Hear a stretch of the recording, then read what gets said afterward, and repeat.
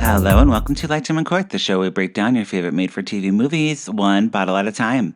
I'm your host, Patrick Serrano, and today we're talking about The Prep School Disappearance. The Prep School Disappearance stars Melissa Bray, Brendan Kloss, Brett Geddes, and Matt Wells.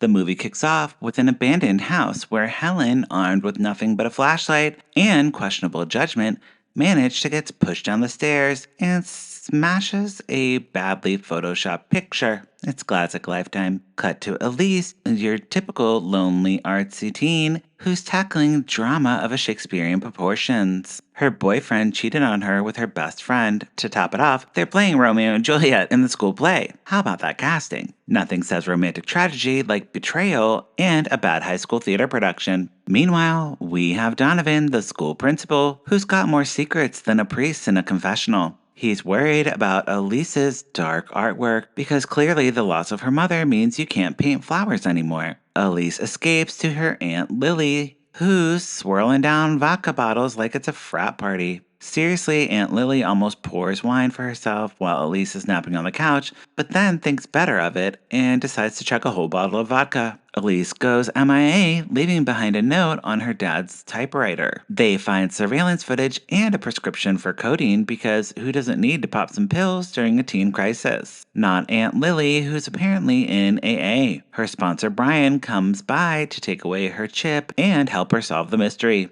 Enter Ren, a new girl who seems eerily familiar. Could she be the long-lost half-sister? Naturally, Elise and Ren plan to run away together because nothing says healthy family dynamic like a dramatic getaway during a murder mystery.